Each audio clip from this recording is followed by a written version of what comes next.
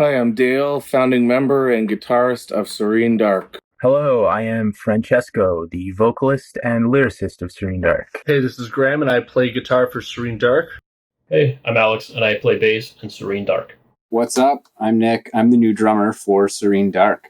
So our upcoming album is the first we're putting out under the name Serene Dark. I've seen these guys tear apart Ottawa for many, many, many years as Endemise.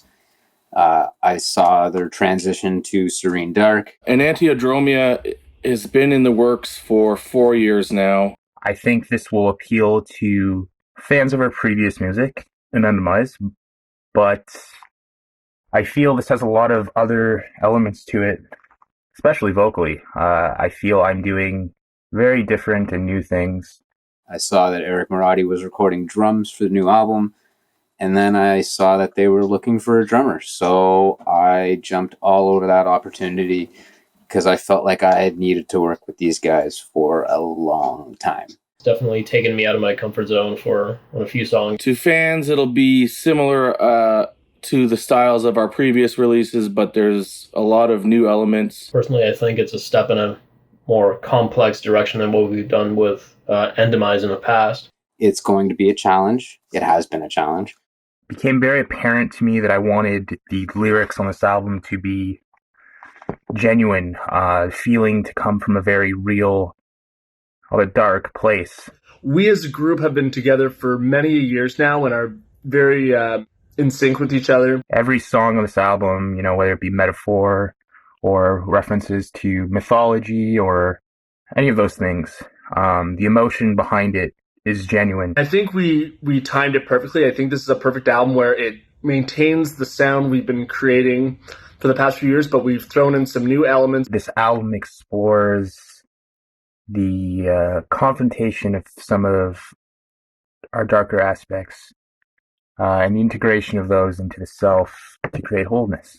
We definitely took our time perfecting what we wanted to get out of this. Definitely validate the reason why we decided to rebrand under a new name and really bring something special, and I'm very excited for it. I'm excited for everybody to hear it because there's a lot of crazy shit going on. I'm excited for people to hear it. I really am. Really excited to share it when it comes out. What up? Eric Marotti here. Just wanted to say it was an honor to do the new Serene Dark album with Dale Silve. Known the guy for years. Great friend. Sounds great. Black and death metal. Fast ripping blasts. Yeah, it was a great honor. Thanks for having me being a part of it. How Eric Marotti of Suffocation, Clitoris, numerous bands got involved with the project. He's a good buddy of ours because he's from Ottawa like the rest of us, and he was really interested in doing it, and he really fit our style, and he's an incredible drummer, so that was awesome. We've all been friends with Eric Marotti for a long time. I was the vocalist for Clitoris for a while, so I was in that band with him. I have personally known him since he was a 14-year-old kid. A lot of us have played in different bands with him. Me and Eric do go back a little bit. I took 1 or 2 lessons from him maybe 4 or 5 years ago. Eric Marotti and I were roommates at one point, and I actually was living with him when he initially joined Suffocation. So it was really cool to see him accomplish that and be around him for that time, and really proud of him for that. Our drummer left in late 2018, right around the time we were heading into the studio, and we knew we needed a drummer, so Eric was my first choice. He was happy to do it. After those lessons, he kept doing his thing, and I felt that I learned what I needed to from him up until about a year ago when we reconnected, and now we've been hanging out on the regular. So we've had an opportunity to talk drums and what he has done for the new album. As for the recording itself, that was my very first time actually being in the studio and being part of the drum recording process. So that was really cool. And seeing Eric perform in the studio was definitely an experience, and it was really cool to see. We're all very happy with the results. I apologize to our new drummer, Nick, for having to learn it. He's just ridiculous. So I'm glad that I can fill his shoes that he set for the band. Great guy, great friend, and amazing drummer. Is having a label deal important these days? Yeah, from an outsider perspective, I'd say if you don't really know what you're doing, like it's not a bad idea. It's definitely good if you're trying to grow your band. I think even in the age of artists being able to market themselves as an independent artist and put out their material online, it's definitely invaluable what a label can bring to the table. If you don't have a budget, like a label can help you out with that, so you're not worried about paying everything out of pocket. Exposure, marketing, touring opportunities, that type of stuff. So for a lot of artists, it's definitely important to have it. My thoughts on shows and tours being postponed. It's going to be a tough release because you can't play any shows. And we can't get together and jam because then we're breaking social distancing protocols. We actually didn't have anything in the works coming up, so we didn't get affected by that side of things like a lot of other bands. It's unfortunate for everyone. The artists that are relying on it for income, the fans that want to see shows. Unfortunately, it's the world we're living in right now. There wasn't anything planned for Serene Dark. There was one festival, first time playing it. That got canceled fairly early, and it wasn't necessarily due to the coronavirus. Our main focus is just releasing this album, and we'll see what the future holds. We live in the digital world, so hopefully this album is able to thrive digitally until we can tour it and show people just how crazy it is live. Because it's just going to be so epic.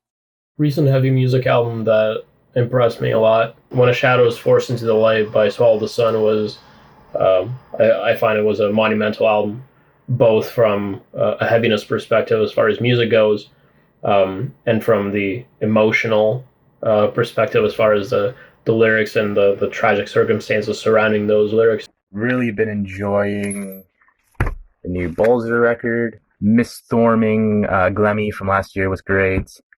Camphor, Ophidion's Manifest was also amazing. Opeth's Incauto Venom, primarily because of Michael's ability to evolve the sound with every single album that he writes. No one song ever sounds the same, so Opeth is definitely up there in my books.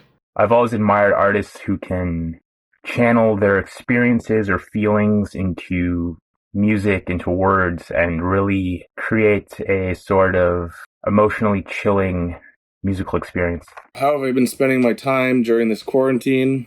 I've been passing my time in quarantine by putting some extra time into Swedish lessons that I've been taking. A lot of listening to music, some stuff from last year, some stuff from this year. Spending a lot of time with my dogs. As far as the quarantine here in Ottawa, I'm an essential worker. I work in a grocery store. I'm actually still working, so it's just business as usual. Reading some of the books that I've been meaning to read for quite some time. I've also been reading quite a bit. Some of the stuff was influenced the album. Working on some new music. I am trying to help keep the store afloat, regardless of what department I'm working in, to help service the community. Knocking off some of the video games that I had started. Playing a lot of video games, some classic World of Warcraft. You know, there's less social outings and whatnot, but it gives me more time to play guitar, so. My industry is shut down right now, so I'm not working, so I'm trying to keep busy. A lot of writing. Just trying to keep myself occupied. So the current situation in Ottawa, it seems week to week things are getting a little more stringent. The only public areas I'm really going to are grocery stores, and it seems every week they're implementing more rules to improve social distancing. Unfortunately, there are a lot of people not listening to this, and which is only going to prolong it for everyone.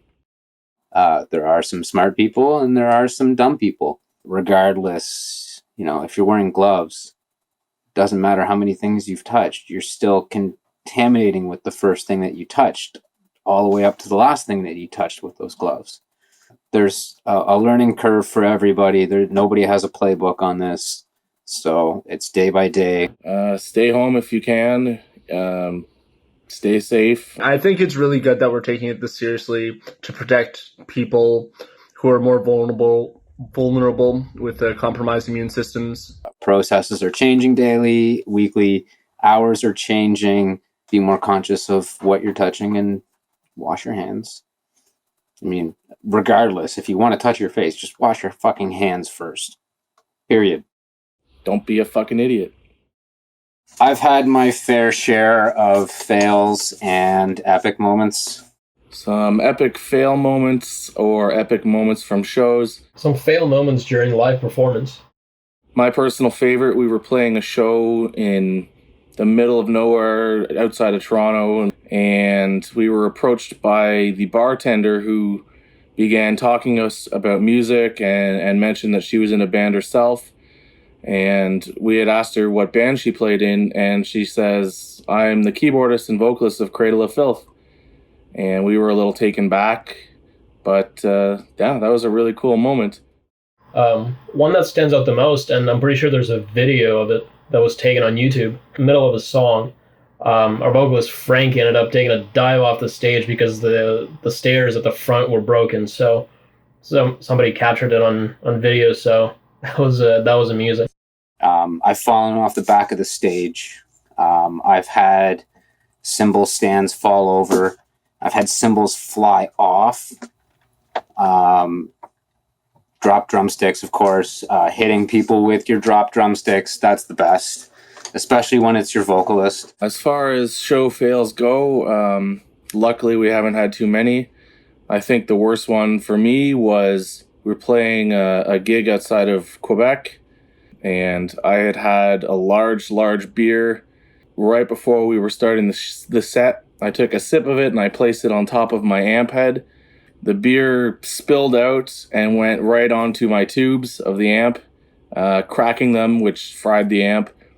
And I continued to play, and one of the other guitarists from a different band playing noticed, and he swapped the head for me. So that was the guitarist of a band called Arcos, just outside of Montreal. So thank you for saving me there. The biggest fail that sticks out the most is definitely I played a CD release for one of my other bands, and I vomited all over my floor toms during one of our fast songs.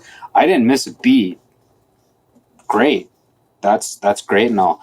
But I had vomit all over my floor toms. So when I hit them, it splashed back in my face and all over my clothes. So I smelt rank right up until I was able to change clothes. I wanted to vomit more and more and more. The more I smelt it, people to this day are still like, "Oh, it's the most metal thing I ever saw." No, it wasn't. It definitely wasn't. Not from my perspective. So when it comes to epic fail moments or live, there's definitely a few I can choose from. And all of them involve our vocalist, Frankie. But the one I'm going to go with, we were doing this one show. It was some small gig. I'm pretty sure it was someone's birthday or something. I can't remember. And we were the headliner. During one of our songs, he, I don't know if he tripped or if it just didn't support his weight, but he fell over a monitor on the stage into the crowd.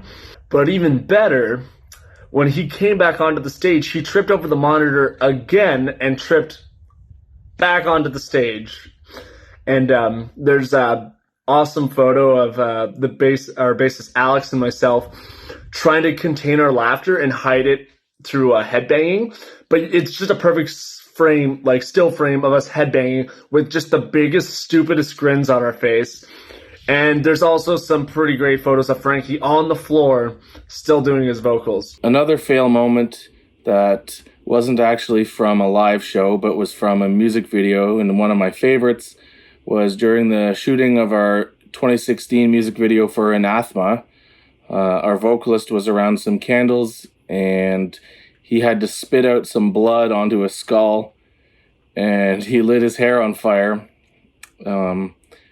Just thinking about it makes me laugh. We laughed so hard during that we actually kept it in the final cut of the video, and you can see that on YouTube. You can look up Anathema. Another one that comes to mind is we were opening for a band. I can't remember which band it was. and our drummer could not make it back in time for the show from Toronto. So we ended up having to play with a drum machine and an empty drum set behind us. So that was definitely one of the more awkward performances. Epicness, playing with countless big bands. I could start listing them, but that takes the cake on everything. The biggest moment that stuck out the most, though, was Born of Osiris's drummer coming up to me after our set and telling me that I was the fastest thing he'd ever seen. I know that's not necessarily true because there's a lot of other fast drummers out there, but still a compliment nonetheless. Plans for the near future. We're going to release this album. Listen to more goddamn music when I can, and play these things more when I can. I have roommates, so I can't piss them off daily when I do have free time at home. They work from home, so I have to help maintain their sanity. We potentially have a second music video coming. We just dropped a music video a couple weeks ago of Serpentine Form, the first single off our album Enantiodromia, which is due later in June. So unfortunately, we won't be playing any live shows due to the state of the world and the craziness that's going on, but we're just going to focus on getting this music out, focus on writing more music, and hope that everyone just stays safe. Peace.